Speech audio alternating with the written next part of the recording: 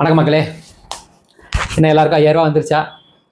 அதாவது 3 மாதம் முன்பணமாக வந்துட்டு உங்களுக்கு பண்ணிட்டாங்க. அதுக்கு என்ன காரணம் அப்படின்னா, அது முடக்க பார்த்தாங்களாம். மத்திய அரசாங்கம் வந்து வாய்ப்பே இல்லை, இதை நான் கொடுக்க விட மாட்டேன் அப்படின்னா இவங்களுக்கு வீர் கொண்டு எழும்பி, அது எப்படி என் மக்களுக்கு நீ அந்த துரோகத்தை செய்யவாய்? முடியாது. நீ என்ன தடுக்கிறது? உனக்கு 3 மாதம் அமௌண்ட்டையும் சேர்த்து நான் கோடை விடுமுறை பணமாக சேர்த்து 2000 ரூபா தொகுப்பு வச்சு 5000 ரூபா வைப்பேன் மக்களுக்கு அப்படின்னு கஷ்டப்பட்டு இன்னைக்கு காலையில் ஸ்டாலின் அப்பா அவர்கள் வந்து பண்ணியிருக்காங்க. எல்லாருக்கும் 5000 வந்திருக்கும். எல்லாரும் பெரும் மகிழ்ச்சியில என் ஓட்டு திமுக தான் அப்படின்னு சொல்லுவாதான் நினைச்சிருப்பாரு. சோகம் என்னன்னா, முகேஷ் உங்களால 5000 கொடுத்தா கூட காப்பாற்ற முடியாது ஐயா. ஏன்னா அந்த நிலையில தான் இன்னைக்கு முகேஷோட நிலைமையில தான் திமுக இருக்கு. ஸோ காலையில வந்துட்டு பாத்தீங்கன்னா நியூஸ் இன்னைக்கு வந்து விஜய் வந்து சந்திக்க வராருனோட திமுக கால் ஆட்டோமேட்டிக்கா ஆளுங்கட்சி அப்பாவுக்கு வந்துட்டு உள்ள நாடி நார்மலா துடிச்சு போயிருக்கு. ஐயோ அவர் தான் செய்தியில் வருவாரு, நீங்க பூரா பையனும் மொட்டியை தூக்கிட்டு அங்கே கிளம்பிடுவாங்களே, நம்ம என்னடா பண்ணலாம் நினைச்சிருப்பாரு போல. ஒரு வாரம் 10 நாள் ஃபுல்லா உளவுத்துறை வச்சு உலட்டி இருப்பாங்க. அவங்க எல்லாத்தையும் அதை தான் சொல்லியிருப்பாங்க. என்ன பண்ணலாம், நம்ம அறிக்கை விடுவோம். உடனே என்ன பண்ணிட்டாரு, கடன் உடனே வாங்கி கந்து வடிக்காத காசு வாங்கி எல்லாருக்கும் 5000 போட்டு விட்டுருக்கா, அப்பதான் நம்மளுக்கு ஓட்டு போடுவாங்க. 5000 வந்திருக்கேன் அப்படின்றதுல பேசிக்கா நான் என்ன கேட்கறேன்னா, அடிப்படையா 2021 வந்து இது வரைக்கும் நீங்க இங்க ஆட்சி காலத்துல இருந்தது வரைக்கும் வெயிலே வரலையா, கோடையே ஏற்படலையா, இல்ல இந்த இந்த சன்மானம் கிடைக்கப்பெறாத, இதுக்கு தகுதி இல்லை அப்படின்னு நீங்க நிராகரித்த பெண்களுக்கு கோடை கிடையாதா? அவங்களுக்குலாம் அந்த பிரச்சனையா இருக்காதா?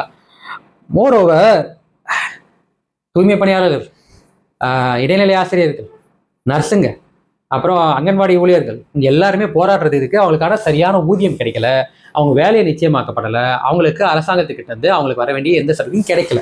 இதுதான் அதுக்கு நீங்க சொன்ன காரணம் என்ன? அரசாங்கத்திட்ட கஜானால காசு இல்லை, அதுக்கு நிதி பற்றாக்குறையா இருக்கு, மத்திய அரசாங்கம் நிதி கொடுக்கல, அவங்க எல்லா வருமானத்தையும் அவங்க பிடிச்சிட்டு தமிழகத்தை வஞ்சிக்கிறாங்க. இதுதானே இப்போ ஒரு ஆளுக்கு 5000 ரூபா, 1.5 கோடி பேருக்கு மேல இந்த வைப்பு நிதியை நீங்க வந்து வரவுல வைக்கிறீங்கன்னா அந்த 5000 ரூபாய் காசு எங்க வந்தது? அதுவும் வழக்கமா 15ஆம் தேதி கொடுக்குறத ஏன் 13ஆம் தேதி கொடுக்கணும்?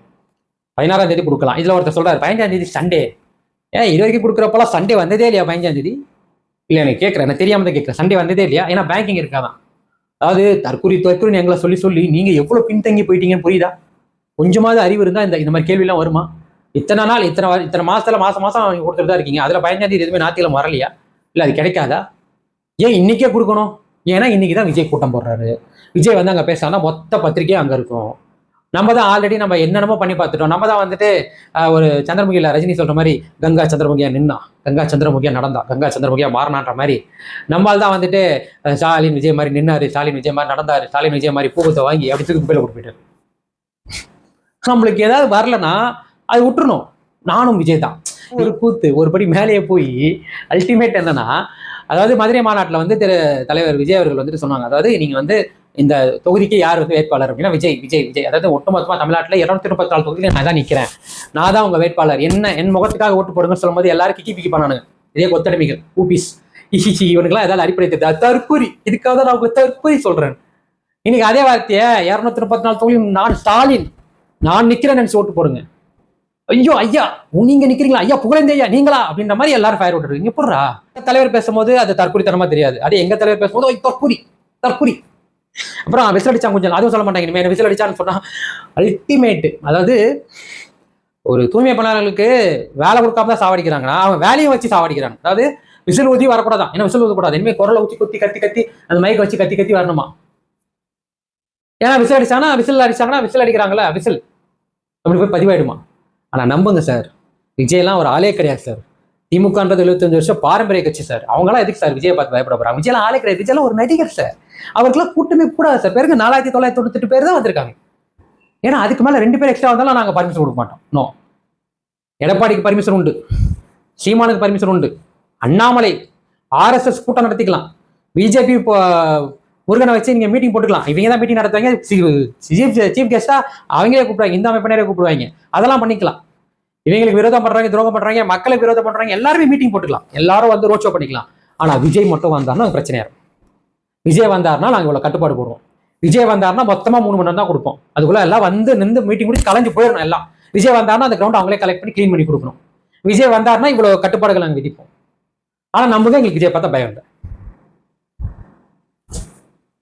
என்னது கொஞ்சமாவது இல்ல, நான் தெரியாம தான் கேட்கிறேன். இன்னும் மக்கள் வந்துட்டு நீங்க சொல்றத நீங்க பண்றதெல்லாம் பார்த்துட்டு திமுக தான் வரும் நினைக்கிறாங்க. இல்லைங்க, நீங்க ஒரு உலகத்துல இருக்கீங்களா? வழக்கமா நீங்க ஒண்ணு சொல்லுங்க, விஜய் ரசிகர்கள் உலகத்துல இருக்காங்க, அவங்க தனி உலகத்துல இருக்காங்க. இல்ல, நாங்க இங்கதான் இருக்கோம்.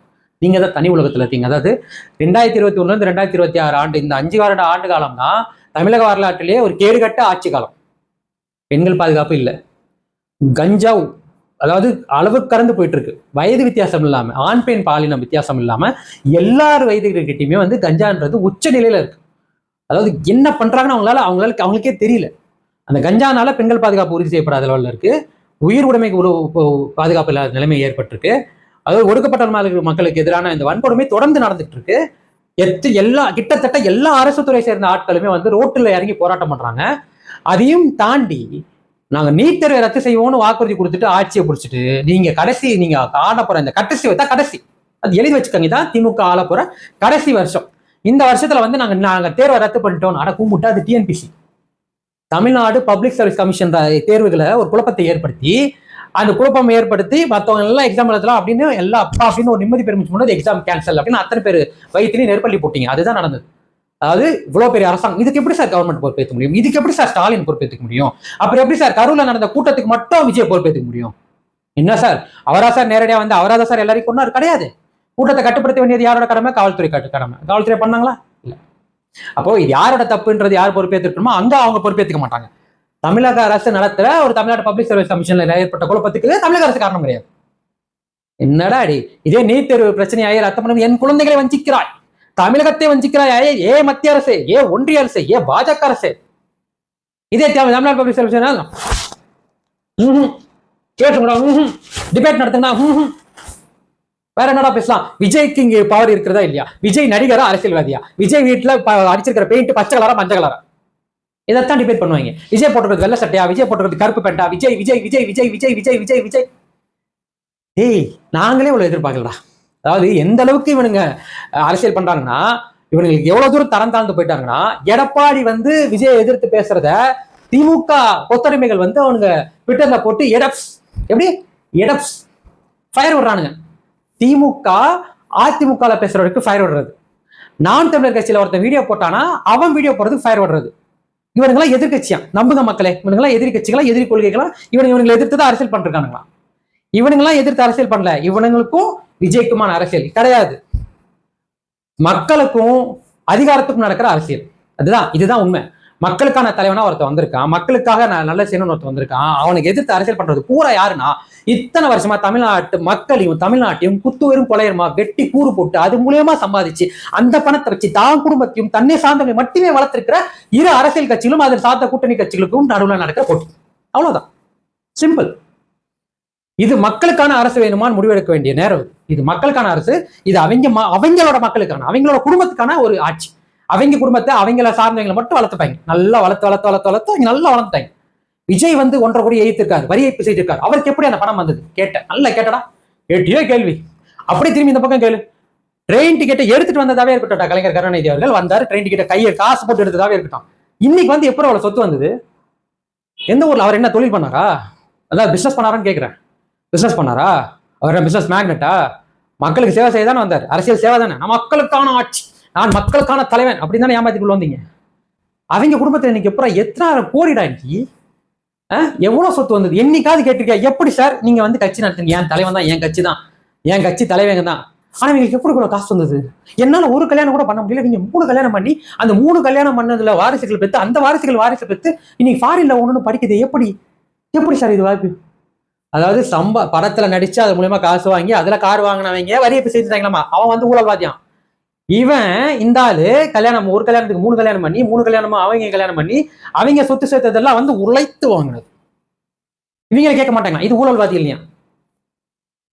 சோத்துல உப்பு போட்டு திங்கிறதாண்டா கொஞ்சமாவது மூளை இருக்கணும்டா. எனக்குமே அது 2021 முன்னாடி இல்லை.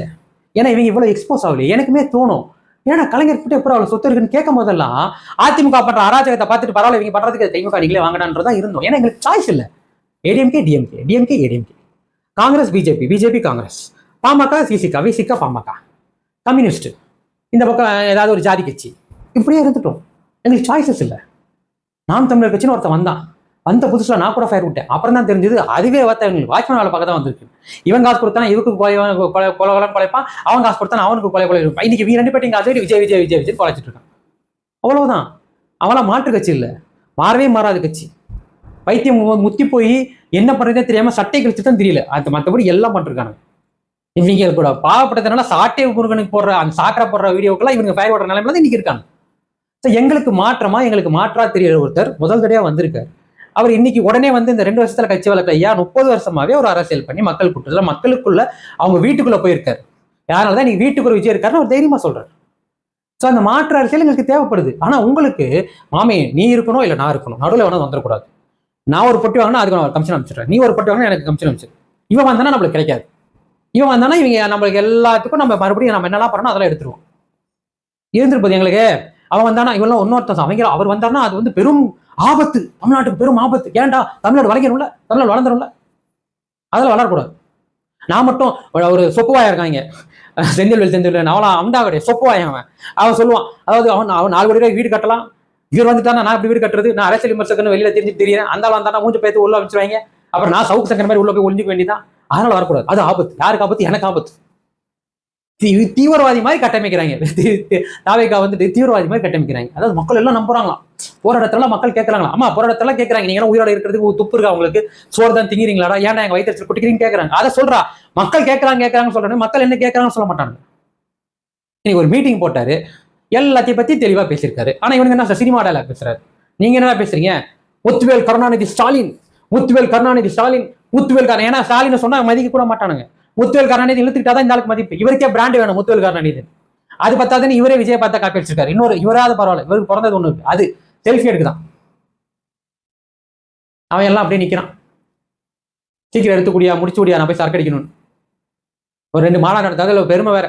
நாங்கள் வாரம் மாநாடு நடத்துறோம். சில கட்சிகள் எல்லாம் ஒரு வாரம் நடத்தவே தடுமாறி கொண்டு இருக்கிறது. எப்படி நடத்துவாங்க? நீங்க பர்மிஷன் கொடுத்தா தான் நடத்துவாங்க, நடத்த மாட்டாங்க. நீங்க தான் பர்மிஷன் கொடுக்கறது இல்லையா? நீங்க தான் நீட்டு போகணும். அது விஜய்னு பேரை பார்த்தா போதும். விஜய்னு பேர் போட்டா விஜய்னு வச்சிருக்கான், அவன் அடிச்சு வரா, ஐயா நான் விஜய் சத்திக்க நான் ஒரு எம்பியா அப்படின்னு போல. அந்த ஆள் பாவம் அந்த அளவுக்கு பொச்சரில் இருக்காங்க.